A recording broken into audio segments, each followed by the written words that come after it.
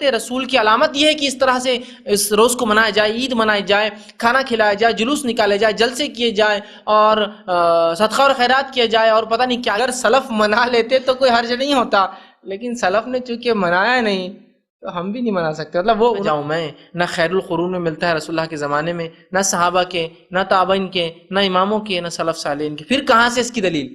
کسی یہ محبت رسول کی علامت ہے، یہ عشق رسول کی علامت ہے۔ جو نبی سے محبت کرتا ہے عید میلاد مناتا ہے، جو نبی سے نفرت کرتا ہے اور فلاں کرتا ہے اور یہ فلاں اور فلاں، یہ لوگ اس کے منکر ہے، فلاں ہیں۔ سوال یہ ہے کیا واقعی میں نبی سے محبت عید میلاد منانے سے ثابت ہوتی ہے کسی بھی درجے میں؟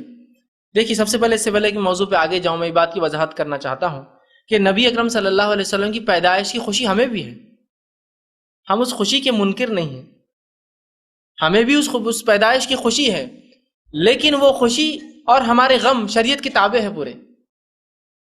نبی اکرم صلی اللہ علیہ وسلم کی پیدائش کی خوشی کسے نہیں ہے بتائیے؟ ایک منافق اور ایک کافر کو نہیں ہو سکتی، مجھے بھی خوشی ہے اس کی، لیکن میری ہر خوشی اور ہر غم تابع ہے شریعت کے۔ وہ کہیں گی تو مناؤں گا اور اس کا اظہار کروں گا، وہ نہیں کہیں گی تو رک جاؤں گا، ہے نا؟ ہر خوشی اور غم ہمارے شریعت کے تابع ہے۔ تو پتہ یہ چلا کہ نبی اکرم صلی اللہ علیہ وسلم خوشی ہر مسلمان کو پیدائش کی۔ سوال یہ کہ جو آپ بتا رہے محبت رسول کی علامت یہ ہے کہ اس طرح سے اس روز کو منایا جائے، عید منائی جائے، کھانا کھلایا جائے، جلوس نکالے جائے، جلسے کیے جائے اور صدقہ اور خیرات کیا جائے اور پتہ نہیں کیا کیا رسومات، عصر کے بعد سے مغرب تک فلاں اور عشاء کے بعد سے فلاں، فجر سے فلاں، یہ سب کیے جائے۔ سوال یہ ہے کہ اگر یہ واقعے میں حب رسول کی علامت ہے، محبت رسول کی علامت ہے، تو نبی سے سب سے زیادہ محبت کرنے والے لوگ کون تھے؟ میں اور آپ؟ نہیں، ہم نے تو کچھ بھی نہیں کیا رسول اللہ صلی اللہ علیہ وسلم محبت جیسی اس کا حق تھا، کیا کیا؟ نہیں کیا نا ہم نے۔ ہم کو تو یہ تک سمجھ میں نہیں آتا وہ نبی جس نے ہمیں حکم دے دے کر جو ہے اپنے آپ کو غمزدہ کر لیا، انسانوں تک اپنے اللہ کے احکام پہنچا کر، اس کے احکامات بآسانی ہم کو کتابوں کی شکل میں ملتے ہیں، وہ احکامات دیکھ کر کبھی یہ نصیب نہیں ہوتا کہ سوچ کے میں اس پہ عمل کروں گا۔ ٹھیک ہے دیکھیں گے، کریں گے، ہوں گا، ابھی کہاں ہوتا ہے، کر لیا جائے گا، یہ معاملہ ہے ہمارا۔ صحابہ محبت کرتے اس لیے جان دی، مال دیا، پیسہ دیا، بھی بچوں کو چھوڑا، اپنے سب کچھ قربان کر دیا، ہے نا؟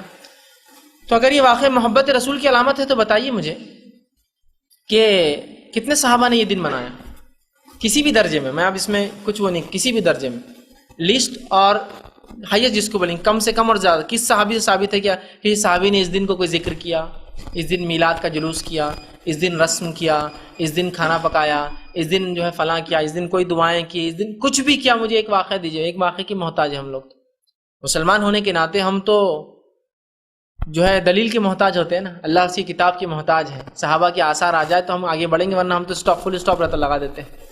اگر یہ محبت رسول کی علامت ہے تو کسی صحابی نے کبھی یہ دن منایا کیا؟ میں یہ سوال کر رہا ہوں۔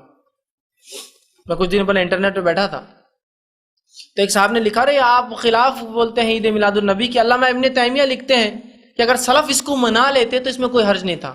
میں نے کہا یہی تو خصوصیت اس آدمی کی کہ کیا لکھا ہے اس نے، سلف منا لیتے تو منا سکتے تھے، تب ہمارے لیے جائز تھا، سلف نے منایا نہیں تو ہم کہاں سے منا سکتے؟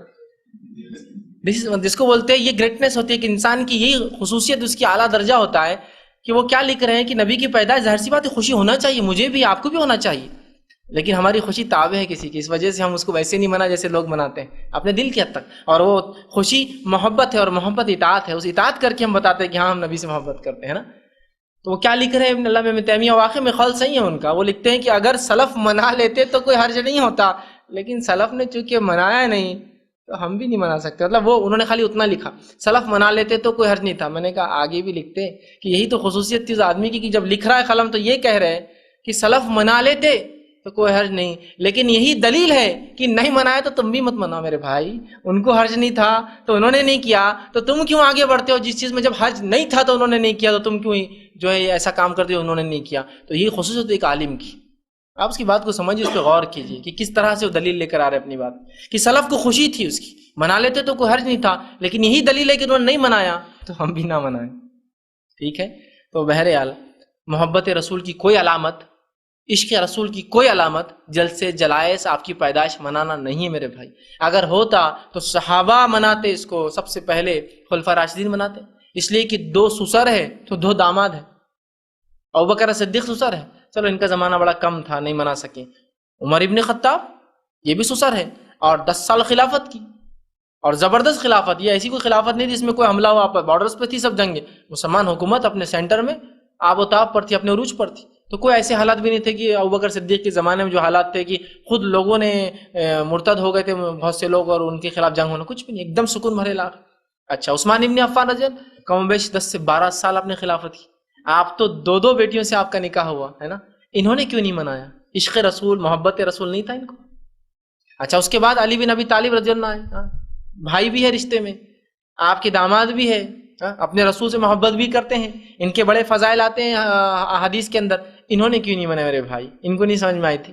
ارے چلیے اس کے بعد کے دور میں جو ہے صحابہ 110 ہجری میں آخری صحابی کا انتقال ہوا، 100 سال تک صحابہ رسول اللہ کے بعد یہ کسی نے منایا کیا؟ اس کے بعد اماموں کا دور آیا اور امام احمد بن حنبل کم و بیش 240 ہجری میں انتقال کر گئے، تو 240 سال گزر گئے، کسی نے نہیں منایا.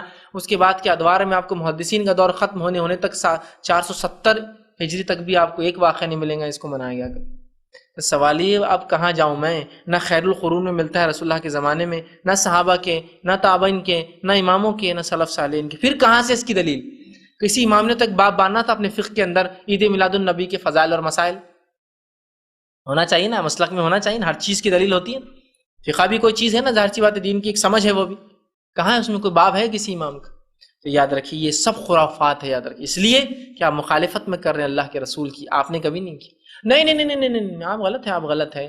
اللہ کے رسول صلی اللہ علیہ وسلم یہ دن منایا. اچھا کیسے منایا؟ حدیث میں آپ نے فرمایا کہ میں پیر اور جمعرات کو روزہ رکھتا ہوں، اور پیر کو روزہ اس لیے رکھتا ہوں کہ پیر اور جمعرات کو نام عمل اللہ کے پاس پیش ہوتے، اور میں اللہ نے مجھے پیر کے دن پیدا کیا تھا. دیکھیے دلیل ہے. تو اللہ کے رسول نے سالگرہ، برتھ ڈے، میلاد نہیں منائی، ہفتہ منایا، ہر ہفتے روزہ رکھتے تھے. تو آپ بھی ہر پیر کو منائیے پھر، اور کیسے؟ روزہ رکھ کر، ہے نا.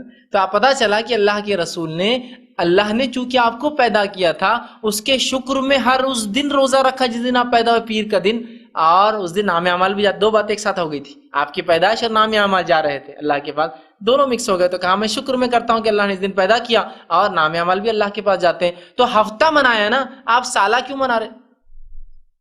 شریعت کی دلیل تو بہت مخصوص ہے نا پھر.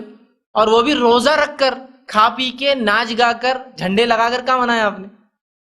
کھا پی کر نہیں نا، بھوکے رہے آپ، روزہ رکھا کہ اللہ کا شکر مجھے پیدا کیا تھا اس دن اور نبی بنایا، اور اس دن عام اعمال جاتے ہیں تو امت کو بتانے کے لیے کہ تم بھی روزہ رکھو. تو یہ تو دلیل ہے، روزہ رکھو آپ اس دن نفل، نہ کہ آپ جو ہے پیدائش کا دن نکالو. نہیں نہیں نہیں نہیں، آپ سمجھ نہیں پا رہے ہیں. قرآن میں بھی اس کا حوالہ ہے. ماشاء اللہ قرآن آ گیا تو پھر جی اب جھک جانا پڑتا آدمی. جی بتائیے. قرآن میں ہے کہ تو انہیں چاہیے، اللہ رب العزت قرآن کے نزول کی طلب فرماتا ہے تو ہم نے اپنی کتاب کو نازل کیا تو انہیں چاہیے کہ اس کے جو ہے خوشی منائیں. کسی خوشی منائیں؟ قرآن کے نازل ہونے کی. تو قرآن کے نازل ہونے کی خوشی، تو قرآن جس پہ نازل ہو اس کی پیدائش کی خوشی. سبحان اللہ، دلیل مل گئی. اور نعرے فلاں نعرے فلاں، لیکن نعرے ضروری ہے. بات سمجھ میں آ گئی نا. اللہ نے فرمایا کہ ہم نے قرآن کو نازل کیا تو لہٰذا، سورہ یونس کی ایک آیت ہے، انہیں چاہیے کہ خوشی منائیں. تو جب قرآن کے نازل ہونے پہ خوشی، تو جس پر اترا اس کی خوشی، اوہ پھر تو بس جھوم اٹھتی پوری مجلس ہے نا. فلاں اس لیے کہ آپ کو سمجھنے دینا ہی نہیں ہم نے. جب تک آپ ہماری جیبیں بھر رہے ہیں، ہمارا پیٹ بھر رہے ہیں، تو ہم نے آپ کو سمجھنے دینا ہی نہیں ہے. سمجھ رہے ہیں بات کو؟ جاننے والوں نے آپ کو سمجھنے دینا ہی نہیں کہ کیا ہے، بس آپ لگے رہیے بس نعرے واروں کے اندر، کچھ مت سمجھیے. تو لگ گئے اس میں. اچھا بات تو صحیح ہے. تو اس آیت سے تو پتہ چل رہا ہے کہ عید قرآن مناؤ، کہ انہیں چاہیے خوشی منائے. قرآن اترا تو رمضان کے اندر، قدر کے اندر منائیے آپ. قدر کی رات قرآن اترا نا، وہ چاہے 21 کی تھی، 23 تھی، 25، 27، تو 5 راتیں مناؤ. اور ماشاءاللہ منا ہی رہے ہم تو، خوشی منا ہی رہے نا. ان راتوں کو جا کر اللہ کی عبادت کر رہے ہیں، اور اللہ نے ایک تحفہ دیا ہے نا، تو وہ خوشی اس معنی میں. دوسرا، صحابہ نے اس آیت کو کیسا سمجھا میرے بھائی؟ صحابہ نے، کہ اللہ کے رسول نے کبھی منائی کیا عید کی، قرآن نازل ہونے کی خوشی؟ یا کبھی صحابہ نے یہ کہا کہ اس آیت سے یہ معلوم ہوتا ہے کہ قرآن اترنے کی خوشی منائی جائے، اور جس پہ قرآن اترا اس کی خوشی اس سے زیادہ؟ یا کسی تابعین نے؟ اس لیے کہ صحابہ کی زندگی جو ہے نا کٹر ہوتی ہے. ہم لوگ جو قرآن سے کچھ بھی استدلال کرتے ہیں نا، صحابہ کی زندگی دیکھنا پڑتی ہے. انہوں نے کیا سمجھا، انہوں نے کیا سمجھا، ہے نا. اور ان کا سمجھنا ہم کو بتاتا ہے کہ اس کا معنی کیا ہوتا ہے. تو ان کی زندگی تو کٹ کری. کسی صحابی کو نہیں سمجھائیے کہ اس سے مراد قرآن کی عید اور رسول اللہ کی پیدائش. نہیں، صحیح بخاری کا واقعہ ہے. اب جان دو قرآن کو آپ کو نہیں سمجھ میں آ رہا، آپ کو نہیں سمجھیں، اس لیے کہ جو بات سامنے والے کو ایسا لگے کہ آپ ان تھوڑا ہوا تو آپ کو نہیں سمجھیں گے، یہ تو بڑی بات ہے. چلیے آگے. صحیح بخاری سے بھی ثابت ہے عید میلاد النبی منا. اچھا ماشاء اللہ, صحیح بخاری سے بولے تو اللہ کی کتاب کے بعد اس کتاب کی اہمیت. اچھا ٹھیک ہے بتائیے. تو صحیح بخاری کی روایت ایک صاحب دینے لگے کہ عید میلاد النبی منانا افضل ہے, اس کا ثواب ہے, اس دن مغفرت ہوتی ہے. وہ کیسے؟ بہت بڑے ڈاکٹر صاحب وہ بھی ٹی وی پہ آتے ہیں بیچارے, اللہ رحم کرے ان پر. وہ شروع ہو دلیل دے رہے ہیں. کیا دلیل ان کی؟ کہ عباس رضی اللہ عنہ کے خواب میں ابو لہب آیا. تو عباس رضی اللہ عنہ پوچھا, ابو لہب کیسے حالات ہیں جہنم میں, مطلب اپنے بھائی سے خیر خیریت لے رہے جہنم کی. تو عباس رضی اللہ عنہ فرماتے ہیں کہ میں نے پوچھا, خواب کی بات ہے یاد رکھیے, یہ خواب دیکھا انہوں نے کہ اپنے بھائی کو انہوں نے دیکھا, اور پوچھا ابو لہب کیسے حالات ہیں. تو کہا رفاقہ نہیں ملا یہاں بھی, دنیا میں میں خلاف تھا لیکن یہاں سکون نہیں ملا, جہنم میں گیا میں, لیکن ایک دن تھوڑا سا مجھے رفاقہ مل جاتا ہے, تھوڑی ڈھیل ملتی ہے. کہا کس دن؟ تو کہا پیر کے دن. تو کہا کیوں؟ تو کہا میں نے اللہ کے رسول صلی اللہ علیہ وسلم جب پیدا ہوئے تو اس کی خوشی میں اپنی باندی صوبیہ کو آزاد کیا تھا. اس کی غلام تھی, لونڈی تھی, اس نے بھتیجا مجھے پیدا ہوا اس کی خوشی میں ایک لونڈی کو آزاد کر دیا تھا. ان کا طریقہ تھا کہ کچھ نہ کچھ صدقہ خیرات, اولاد کی پیدائش تھی تو اپنے بھائی کو بچہ ہوا تو ابو لہب کو خوشی ہوئی کہ بھتیجا ہوا مجھے, ایک لونڈی صوبیہ کو آزاد کر دیا. تو کہا صوبیہ کو چونکہ میں نے اللہ کے رسول صلی اللہ علیہ وسلم کی پیدائش پر آزاد کیا تھا, بس اس دن مجھے رفاقہ ملتا ہے, اتنے دن ڈھیل ملتی ہے. سبحان اللہ, جب ابو لہب کو مل سکتی ہے تو پھر ہمیں کیا, نعرے شروع کر دو پورے یہاں سے. ابو لہب کو فائدہ ہو رہا ہے تو میں تو مسلمان ہوں نا. سوال یہ سب سے پہلا, یہ عباس رضی اللہ عنہ کا خواب ہے, خواب. اور یہ خواب آپ نے دور جہالت میں جب آپ کافر تھے تب دیکھا تھا. لیکن یہ بات تو ہے کافر کا خواب بھی سچا ہو سکتا ہے نا, کیوں نہیں ہو سکتا ہے نا. سورہ یوسف کے اندر وہ جو دو لوگ تھے جنہوں نے یوسف علیہ السلام سے خواب پوچھا, دونوں غیر مسلم تھے لیکن دونوں خواب سچ ہوئے نا. تو کافر کا خواب بھی غیر مسلم کا ہو سکتا تھا, ہم وہ نہیں کر رہے. لیکن سوال یہ خواب تھا, خواب میں آپ نے یہ دیکھا, اللہ کے رسول صلی اللہ علیہ وسلم مہر لگائی کہ اس بھی ہاں بات صحیح ہے, ایسے ہی ہو رہا, چھوٹ دی جا رہی ہے. امام بخاری نے صرف روایت کیا اس کو, خواب کو.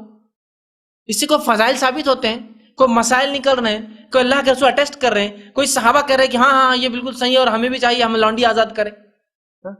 اب سوال یہ ہے, جس کو ابو لہب کی سنت پر عمل کرنا ہے تو وہ کرے, پھر لونڈی آزاد کرے, پیسہ دے.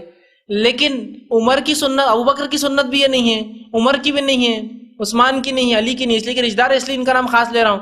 نہ حسن اور حسین کی ہے, نہ فاطمہ ہے رضی اللہ عنہ اجمعین, ان تمام کی تو نہیں ہے, نہ ہی رسول اللہ کی مہر ہے. تو اب جس کو ابو لہب کی سنت پہ عمل کرنا ہے وہ کرتا رہے پھر. اور جس کو صحابہ کی جو ہمیشہ کی جنت چاہتے تھے, ایک دن کا رفاقہ جہنم میں نہیں چاہتے تھے, ان کی سنت تو یہاں موجود ہے.